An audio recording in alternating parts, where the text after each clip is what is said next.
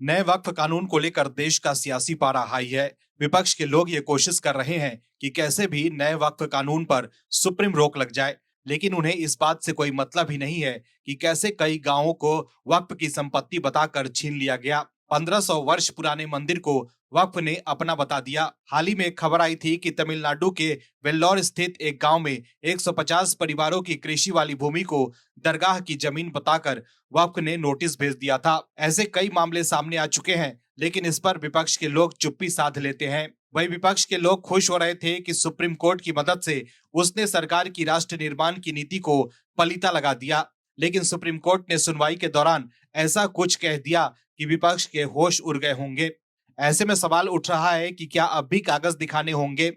विपक्ष के नेताओं ने देश के बड़े वकीलों की फौज सुप्रीम कोर्ट में खड़ी कर दी है अपनी तुष्टीकरण की राजनीति को साधने के लिए। लेकिन सुप्रीम कोर्ट भी जानता है कि वक्फ में कई जमीन नाजायज हैं और पूर्व की सरकार ने अपने वोट बैंक को बचाने के लिए वक्फ की हरकतों को अनदेखा कर दिया। सुप्रीम कोर्ट के एक वकील ने बताया है कि आखिर क्यों सुप्रीम कोर्ट की टिप्पणी ने सरकार को विनिंग पोजीशन में लाकर खड़ा कर दिया है और क्यों कपिल सिब्बल और अभिषेक मनु सिंघवी की चिंता बढ़ गई होगी। क्या है खबर, बताते हैं आपको इस रिपोर्ट में। दर्शकों, वक्फ संशोधन कानून पर सुनवाई के दौरान सुप्रीम कोर्ट ने वक्फ बाय यूजर और रजिस्टर्ड वक्फ संपत्तियों को न छूने के लिए कहा है, लेकिन तमाम ऐसी संपत्तियां होंगी जिनका कोई रिकॉर्ड नहीं होगा, कोई दस्तावेज नहीं होगा। उनका इस आदेश के तहत क्या होगा?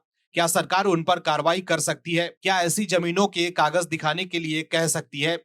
तो सुप्रीम कोर्ट के ही एक वकील ने इस बारे में बताया है। सुप्रीम कोर्ट के एक वकील ने कहा है कि सीजेआई ने एक ऐसी लकीर खींच दी है जिससे सरकार खुश होगी, क्योंकि ऐसी संपत्तियों पर कार्रवाई करने से सरकार को नहीं रोका गया है। सुनवाई के दौरान कपिल सिब्बल और अभिषेक मनु सिंघवी बार बार सीजेआई को इसी के बारे में बताने की कोशिश करते दिखे थे। सीजेआई द्वारा फैसला सुनाते वक्त कपिल सिब्बल बीच में बोल पड़े थे तो सीजेआई संजीव खन्ना ने उन्हें टोक दिया और कहा कि बीच में मत बोलिए। दरअसल सीजेआई संजीव खन्ना फैसला सुनाते हुए कह रहे थे कि वक्फ घोषित संपत्ति और रजिस्टर्ड संपत्ति को पहले की तरह बने रहने दिया जाए।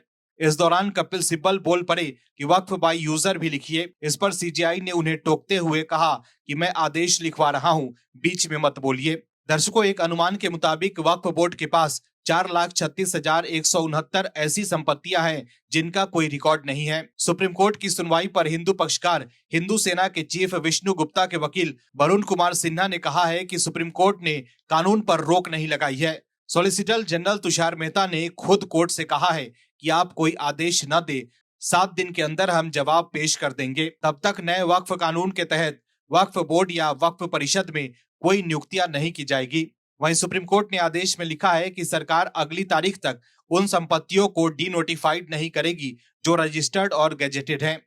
हालांकि सरकार अन्य संपत्तियों पर कार्रवाई करने के लिए स्वतंत्र है। इससे लगता है कि ऐसी संपत्तियों जो रजिस्टर्ड नहीं है और वक्फ बाय यूजर है तो उससे कागजात मांगे जा सकते हैं।